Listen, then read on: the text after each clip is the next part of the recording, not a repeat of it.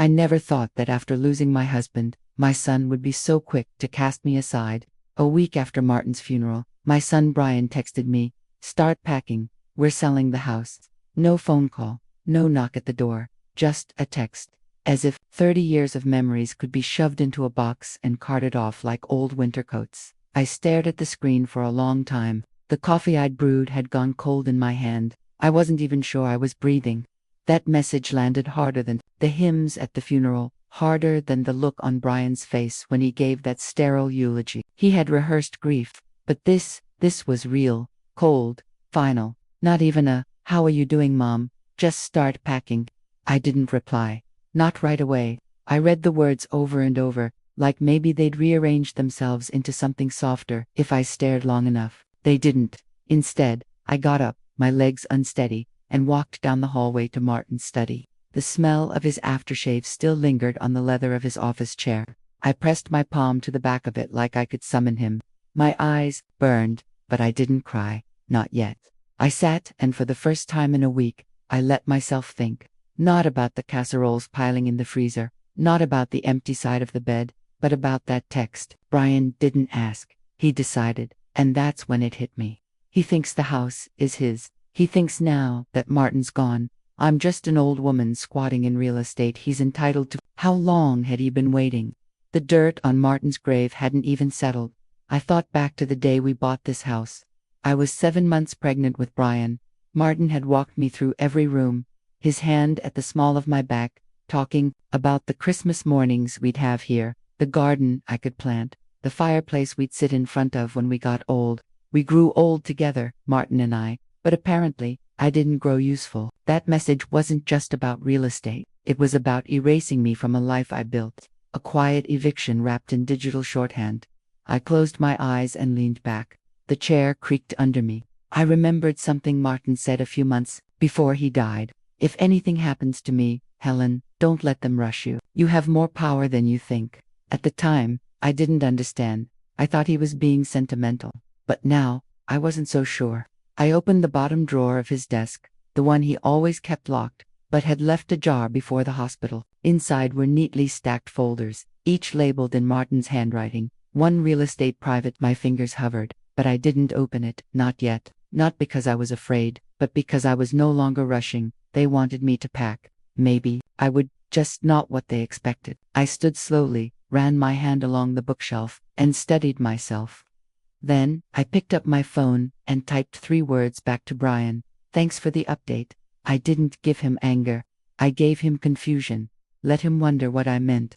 Because that was the moment I changed from a grieving widow into a woman ready to reclaim her power. And no one, not even my own son, was going to see it coming. I sat in the kitchen, the same chair I'd sat in every morning for the last 30 years. Steam curled from the mug in my hand. World's best grandma faded from the dishwasher. Amber gave it to me years ago, back when she used to run into my arms before she stopped calling. The silence in the house wasn't comforting. It was surgical, precise, the kind of silence that follows a betrayal so sharp your body can't even process the sound yet. I stared at the hallway. Martin used to hum when he walked it, always barefoot, always stopping to kiss the back of my neck if I was chopping onions or stirring soup. Now, there was nothing, just the quiet ticking of the old stove clock and the sound of the steam slowly dying. I didn't touch my coffee. My hands were too tight. Not from sadness, but from restraint. I replayed the last few months, the little comments. "This place must be a lot to take care of. You know, the market's hot right now." Rachel's tight-lipped smiles over dinner, her faux sympathy. The way she stopped bringing Amber to visit after Martin passed. And then the worst part, I heard them last night. I hadn't meant to. They were in the den thinking I was asleep upstairs, but I couldn't sleep. I never sleep anymore. My body still turns to reach for Martin at 2 a.m. I had come downstairs for warm milk, barefoot like he used to be, and I heard it. "She's barely functioning," Rachel said. Brian didn't respond, just sighed. I looked into facilities somewhere near us. "They're clean, safe. She can sell the house, cover the cost." "She'd hate it," Brian said. Quiet, hesitant, Rachel snorted. "She'd adjust eventually. They all do." I backed up the stairs, knees trembling. Not with fear, but with rage. They weren't just trying to take my home. They were plotting to lock me away like a broken heirloom. They weren't worried about me. They were embarrassed by me, and they were making plans to make me disappear politely. That was the moment the fury hardened into resolve. They thought I was powerless. They thought Martin's death ended the chapter. They hadn't read the fine print. I sipped my now cold coffee, set it down with steady hands, and walked back to the study. The phone started ringing again the next morning. I let it go to voicemail. By noon, there were 5 missed calls, 2 from Brian, 1 from Rachel, 1 from Megan, my niece, the real estate agent I hadn't heard from in months, and 1 from a number I didn't recognize, probably a friendly buyer. They weren't even trying to hide it anymore. By dinner time, a new voicemail from Brian. Mom, it's a big house. Too much for you. Let's talk about options. Okay, maybe Amber can still go to that private college if we handle this right. Amber's tuition. It wasn't even subtle. They didn't say it, but the message was loud. You've had your time. Now move aside. It was like watching my life be turned into a hand-me-down jacket. Something they could wear, resell, or toss, depending on the season. Rachel sent a follow-up text. We're all just trying to be practical. This isn't an attack. Funny how people always say it's not an attack when they're the ones swinging. I didn't respond. I didn't call Susan Blake, the attorney, right away. First, I went back to Martin's study. It had always been his room. Even when he'd invite me in to sit beside him and go over the taxes or read the Sunday Times, I knew it was sacred space. I didn't dust his desk. I didn't rearrange his drawers. I didn't touch his files. But that morning, I stepped inside like it was mine. The carpet had flattened under his chair. The blinds let in slanted stripes of light across the bookshelves, dustier now, untouched for weeks. I opened the filing cabinet gently, one drawer at a time. I was looking for nothing and everything. Behind an old manila envelope labeled 2016 tax returns, I saw it. A thick navy blue folder, the kind with the leather corners. It had no label. Inside, copies of account statements, property summaries, and a letter in Martin's unmistakable hand. Strong strokes, clean letters, no hesitation. Helen, this isn't just about protecting you. It's about trusting you. If you're reading this, I'm gone, and I'm sorry for that. But I couldn't leave you defenseless. I've watched how they've changed. They love our money more than they love our memories. I took steps. He went on to explain the structure of the living trust, the retirement accounts, the private checking in my name, the fact that Brian and Rachel had no legal claim to any of it. Then one line written in blue ink, underlined twice. No matter what they say, you don't owe them anything. My throat tightened. It was so Martin, plain-spoken, gentle, iron-willed. He had always hated conflict. But when it came to protecting me, he didn't blink. And then I folded the paper behind the folder. Something new, something strange. A pamphlet from a luxury condo building in Miami. Tucked inside was a letter from a real estate firm addressed to Martin, dated last year. I read it twice to believe it. He'd bought me a condo. Not just looked into it, not dreamed of it. Bought it, paid in full in my name, furnished, managed. A little place by Biscayne Bay, with ocean views and a building manager named Mrs. Alvarez. I sat there, stunned. The paper warm in my hands from my grip. Martin had never said a word, not once. I thought back to last October, when he surprised me with a weekend in Vermont and told me, if I could give you peace in your pocket, I would.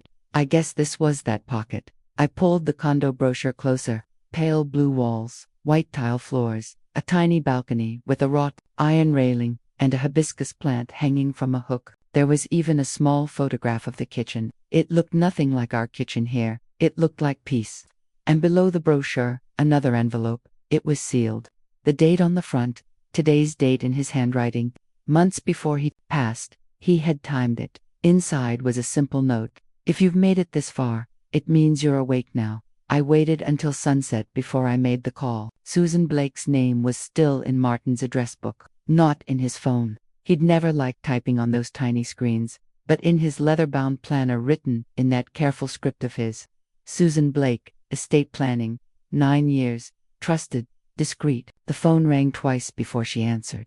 Susan Blake speaking. Her voice was smooth, practiced, the kind of voice that had said hard truths to grieving families and still managed to sound like a promise. Hello, I said. My name is Helen Brooks. I believe you were my husband Martin's attorney. A pause, then warmth. Helen, I've been expecting your call.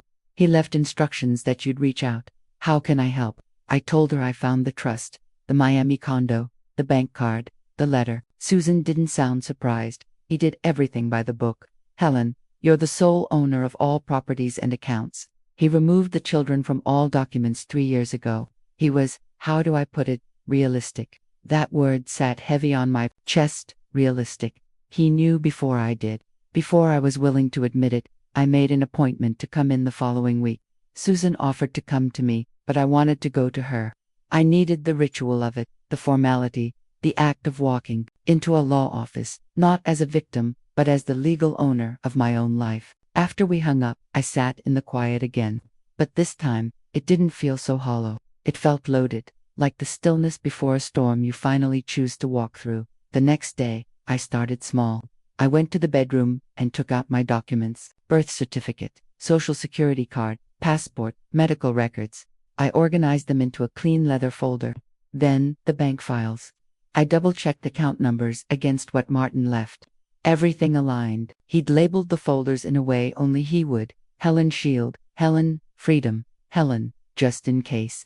I found myself smiling, not with joy, but with recognition. This man didn't just love me. He prepared for war on my behalf. I went to the closet and picked out the suit I hadn't worn since Martin's retirement party. Navy, clean lines, still fit. I folded it gently and placed it in a suitcase. I wasn't leaving yet, but I wanted to be ready. They'd asked me to start packing, so I did, but not the way they expected. I packed strategically, quietly, like someone who'd been underestimated for too long, and I said nothing. When Brian called the next day to say, "We're coming by this weekend to look at the garage," I simply said, "Sure." When Rachel asked, "Do you want us to help you pack up anything sentimental?" I replied, "That's kind of you." They thought I was being agreeable, but what I was doing was observing, watching how easily they moved around my home, claiming, prodding, preparing it for their own use. I watched Brian point at the living room wall. "We'll probably knock that out. Open the space a bit." Rachel took measurements. "Amber could have this room." No one asked me what I wanted, not once. That night, I stood in Martin's study, looking out the window at the moonlight on the lawn. They thought I was done. But the truth was, I'd just started. Susan's office sat on the 3rd floor of a modest brick building downtown. The kind with frosted glass doors and that clean, polished scent of lemon oil and law. It was the first place I'd walked into in years where I didn't feel like someone's afterthought. "Mrs. Brooks," the receptionist said warmly, "Susan's expecting you." She met me in the doorway, small, sharp eyes behind delicate glasses. She looked like the kind of woman who never missed a single word in a contract. "Come in, Helen," she said, gesturing to a seat across her desk. "I've got everything ready." She pulled out a thick binder, Martin's name embossed in gold lettering, and opened to a tab labeled Final Protections. "He was meticulous," she said, flipping pages. "The trust is solid. No probate, no room for contest. He made sure you wouldn't be touched." I listened carefully. The words made sense. The relief should have settled me, but it didn't. I kept waiting, for the catch, for the however, but there was none. Then Susan paused, tapping a separate folder. "There's more." I sat up straighter. "He didn't just protect your home. He moved all accounts, checking, savings, retirement into your name. Removed the kids from every deed, every beneficiary form. When I asked, 3 years ago, I blinked. "That long?" She nodded. "He said they were already changing." He didn't want to believe it at first, but after a few family dinners, he made the decision. Family dinners. I remembered them. Rachel's tight smiles. Brian's rehearsed praise always, just after Martin offered to pay for something. "He told me once," Susan continued, "that he hoped he was wrong, but he'd rather be wrong and prepared than right and helpless." I swallowed hard. "And the condo?" She smiled. "Yes, the Miami property is yours outright. But last summer, he said he planned to surprise you when you were ready to start breathing again." I couldn't speak. Suzanne slid the final envelope across the table. "There's something else. He left this with instructions to give it to you on the day of our meeting." I opened it slowly. Inside was a small letter and a sleek silver bank card. $50, Susan explained, "in a private account." His note called it, "Your Independence Fund. No ties, no reporting, just yours." I read the letter quietly. Martin's handwriting was steady, confident. "If you're holding this, Helen, it means you made it past the first storm. This is for the second, for the choice, for your freedom, not for groceries, not for guilt.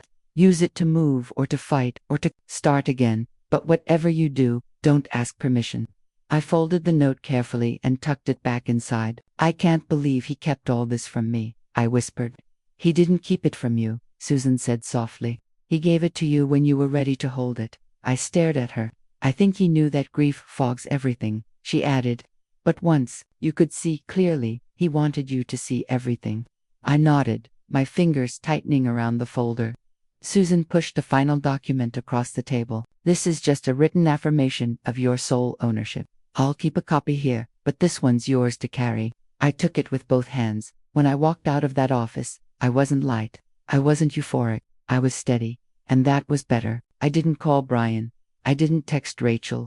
I didn't change my tone. Instead, I walked to a nearby cafe, ordered a black coffee, and sat by the window watching people pass. They had no idea what I'd just done, and neither did my son. But soon, they would. 2 days later, Brian texted me again. Mom, Greg's client wants to close in 2 weeks. Can you be out by then? No. Are you okay? No. How are you holding up since Dad's funeral? Just the deadline.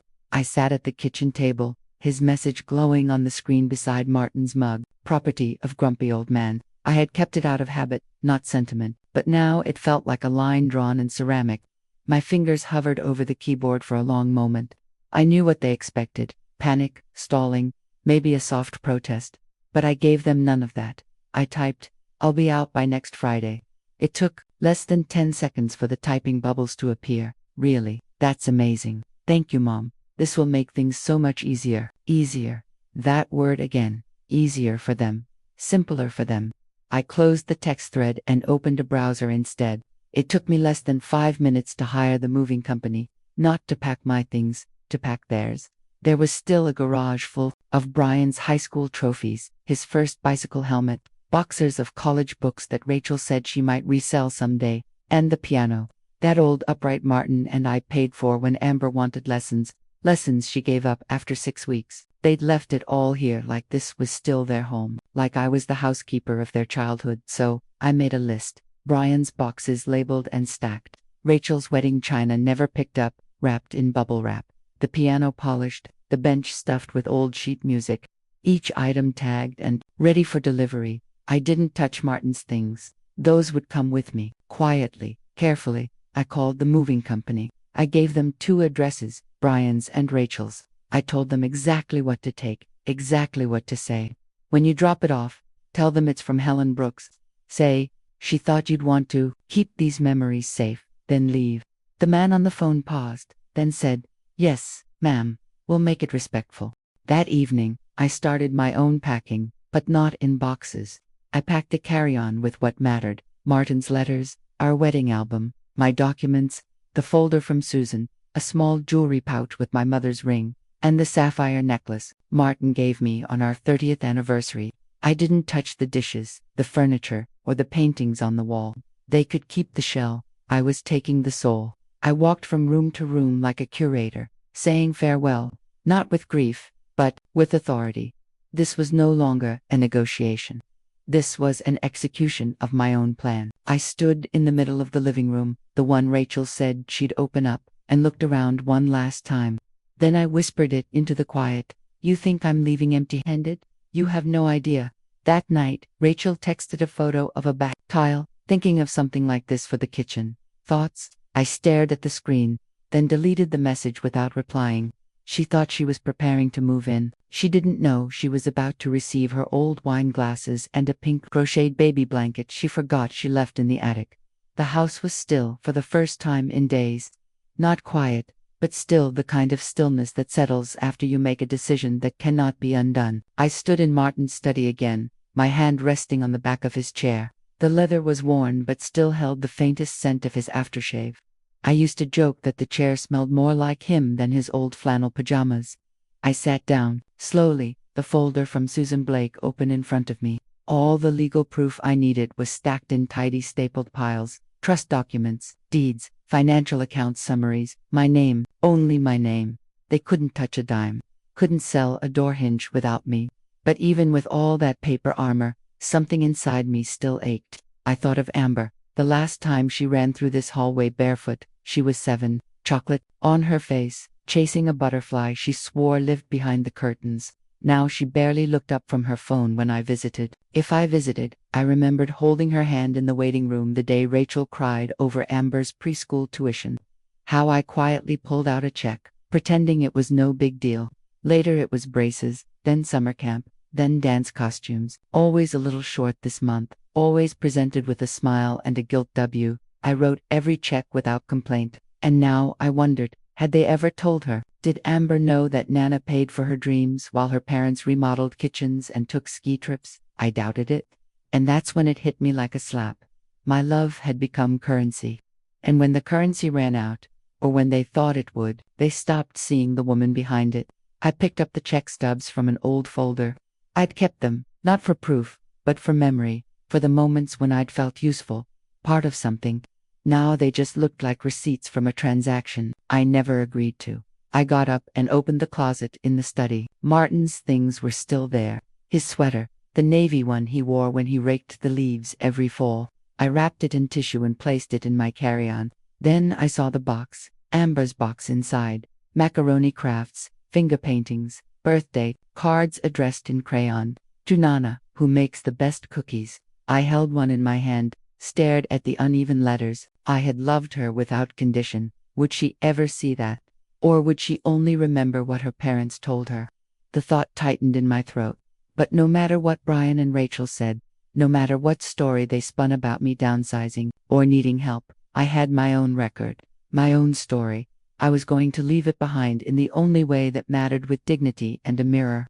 The movers were scheduled for Friday. The condo in Miami was waiting. Mrs. Alvarez had emailed to say the place had been aired out, fresh linens put in, and orchids placed on the windowsill. Martin had chosen it with me in mind. I would plant new roots where the sun reached the floor by noon, and no one asked me to move out of my own life. But for now, I stood in the middle of the home I built with calloused hands, aching feet, and a heart full of things no one had paid for. And I whispered something that wasn't quite a goodbye. This was never just a house. This was my witness. The first crack in Rachel's confidence came on a Tuesday morning. She called instead of texting.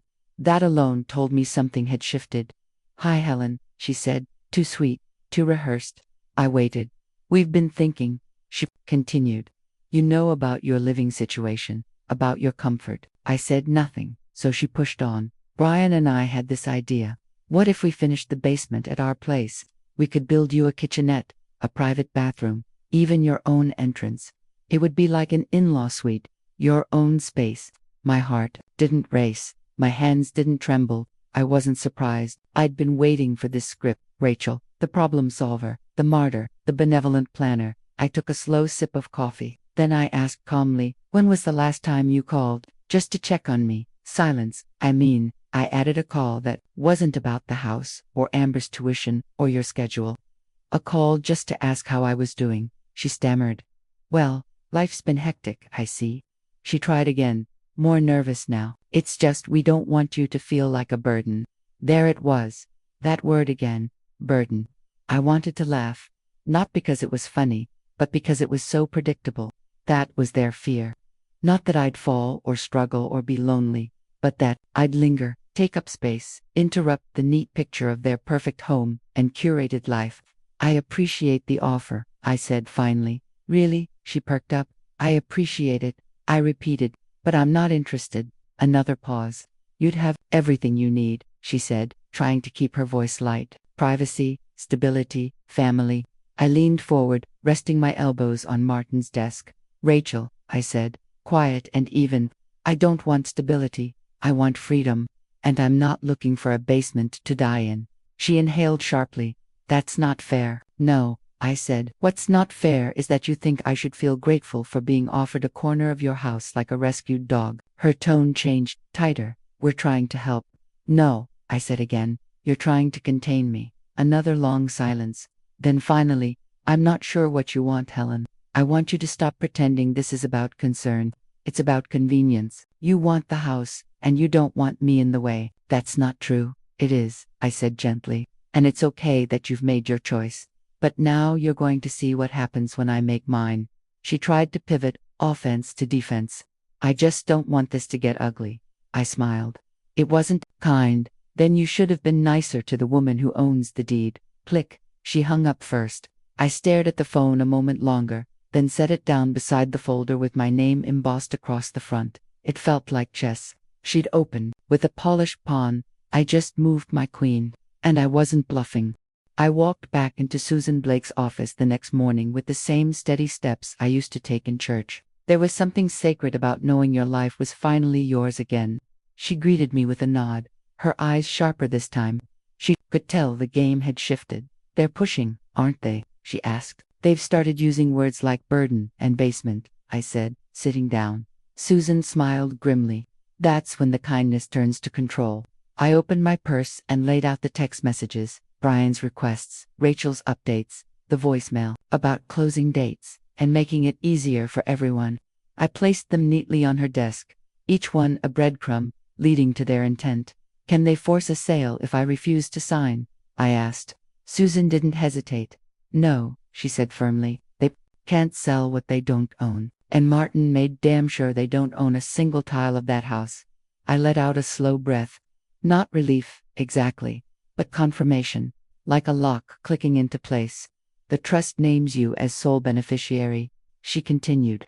The house, the accounts, the Miami property, it's all yours without contest. Martin revoked their rights 3 years ago. They can't claim a thing. I leaned back, crossing my hands over my lap. Do they know that? I asked. Susan's eyes glinted. Not yet, but I can draft a formal statement if you're ready. I thought of Rachel's voice, sugar-dipped and slicing. I thought of Brian's texts, short, transactional, like I was an item on a closing checklist. I nodded. Good, she said, already pulling out a fresh document. And Susan, I added, my voice low, but certain. I want it printed and delivered in person, not emailed, not mailed, hand-delivered to Brian at work. She paused, a smile tugging at the edge of her mouth. You're sure? I want him to open it. At his desk, I said. I want him to feel it. We worked through the wording. Simple, legal, final, per the terms of Martin Brooks' irrevocable trust. All assets, including the primary residence, are solely owned by Helen Brooks. No third party has authority to list, negotiate, or transfer said property. Any attempts to do so will be considered fraudulent and subject to legal action. She placed the final copy into a crisp white envelope. No frills, no flourish, just truth. As she handed it to her assistant for delivery, Susan looked back at me. You're calm, she said. I've never felt calmer, I replied. They've been speaking their truth for weeks. It's time I spoke mine. Outside, the sun was sharp on the pavement. The kind of August light that casts everything in contrast. You can't hide in that kind of brightness. It exposes. I stopped at the cafe again. The same one I'd sat in after our last meeting. I ordered black coffee, no cream, no sugar. I didn't want soft edges. While I sipped, I imagined the moment Brian would open the envelope. The confusion, the flush of realization, the slow descent from assumed control to powerlessness. It wouldn't be rage, not yet. It would be panic, because that's what happens when a man who thought he inherited everything learns he inherited nothing. And maybe then he'd think back to the woman who made his birthday cakes from scratch, who sat beside him in hospital waiting rooms, who never asked for anything except to be respected. Maybe then he'd wonder what changed. And maybe, just maybe, he'd realize he did. By Friday morning, the air in the house felt different. Not lighter, just still, like something had taken its last breath. I stood at the edge of the bedroom, suitcase open on the bed, and for the first time in weeks, I packed for me. No heirlooms, no linens, no boxers marked Brian's childhood art projects, just what mattered. Martin's letters, the good jewelry, the navy suit I wore to his retirement party, a paperback I'd been meaning to read for 3 years, my passport, and the folder, the one that held everything they didn't see coming. I didn't cry, I didn't pace, I didn't second guess. I had called Mrs. Alvarez that afternoon. Her voice was warm and efficient.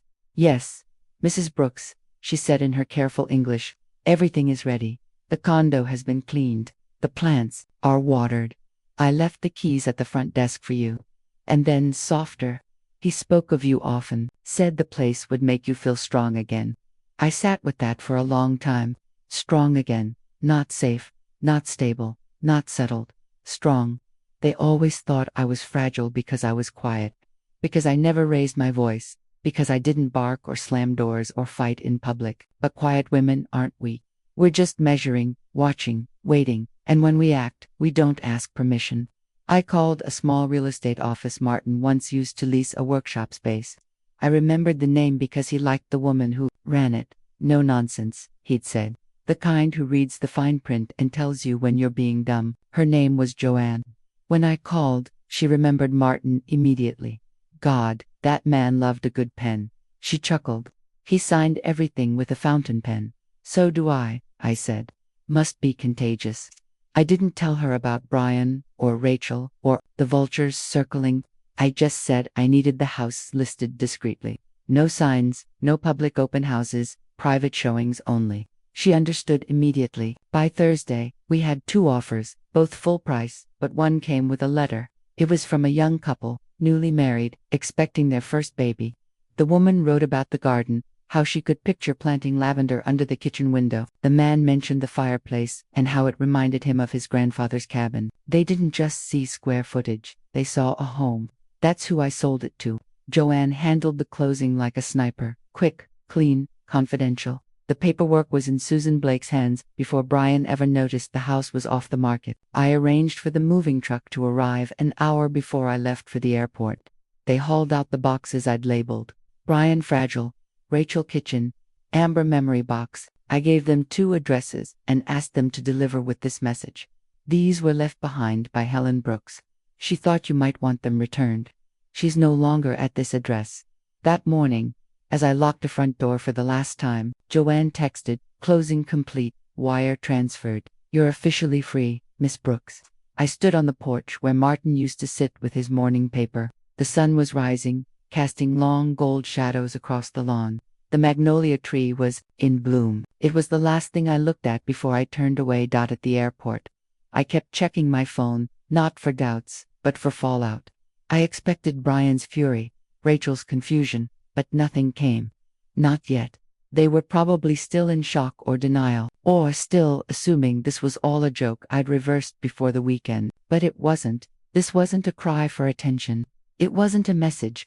It was a move. I boarded the plane with my carry-on, Martin's sweater tucked over my lap like a shield. I didn't cry when the wheels left the ground. I didn't even blink because I wasn't escaping. I was arriving. When the plane landed in Miami, I turned my phone on. One message blinked on the screen from Brian. Where are you? The movers just dropped off our stuff. Is this some kind of punishment? I stared at it for a long moment. Then I replied, this is closure. The house was never yours. Now you can stop pretending it was. No response.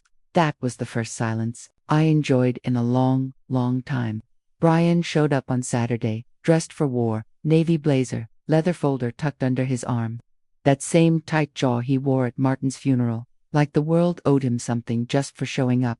But this time, he wasn't walking into a church pew. He was walking into a storm of his own making. I watched from across the street, tucked in Joanne's car. She offered to drive me by one last time for closure. We parked beneath the shade of an old elm, windows cracked, air warm and humming. He stepped out of his SUV, eyes scanning the lawn. The truck was already gone. The porch was bare, the windows empty, the sold sign staked clean into the grass, red letters bold and final. He stopped mid-step, stared. The manila folder in his hand dipped slightly. Joanne whispered beside me, "You want to go?" I shook my head. Not yet. He walked to the door, knocked twice, rang the bell, waited. When no one came, he stepped back and looked around.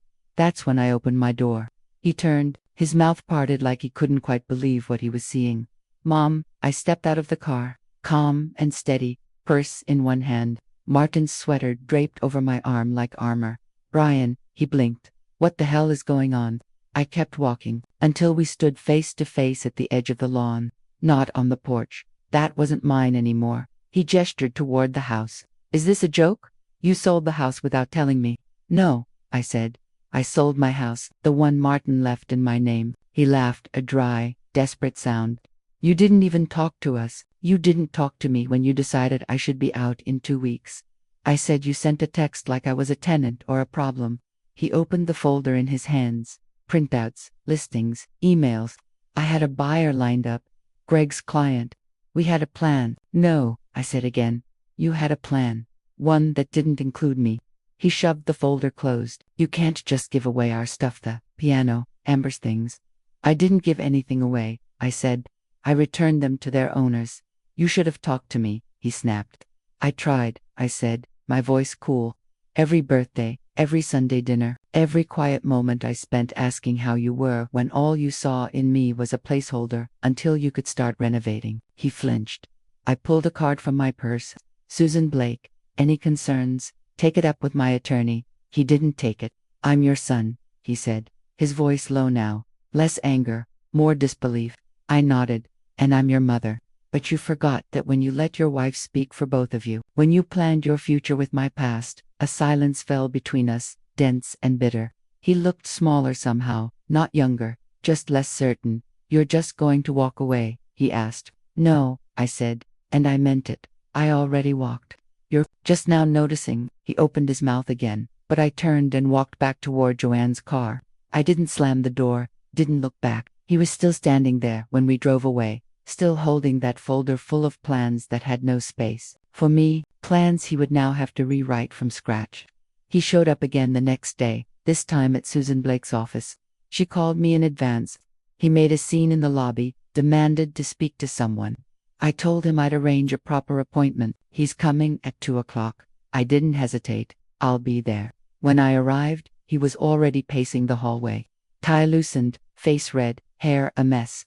A grown man who had just learned that the inheritance he built his future around was no longer waiting for him. He didn't even see me at first. I stepped through the doorway, closed the door behind me gently. He turned. You really went through with it. I did. And you think this is fair? I looked at him, really looked at him. His posture, the lines in his forehead, the rage in his voice.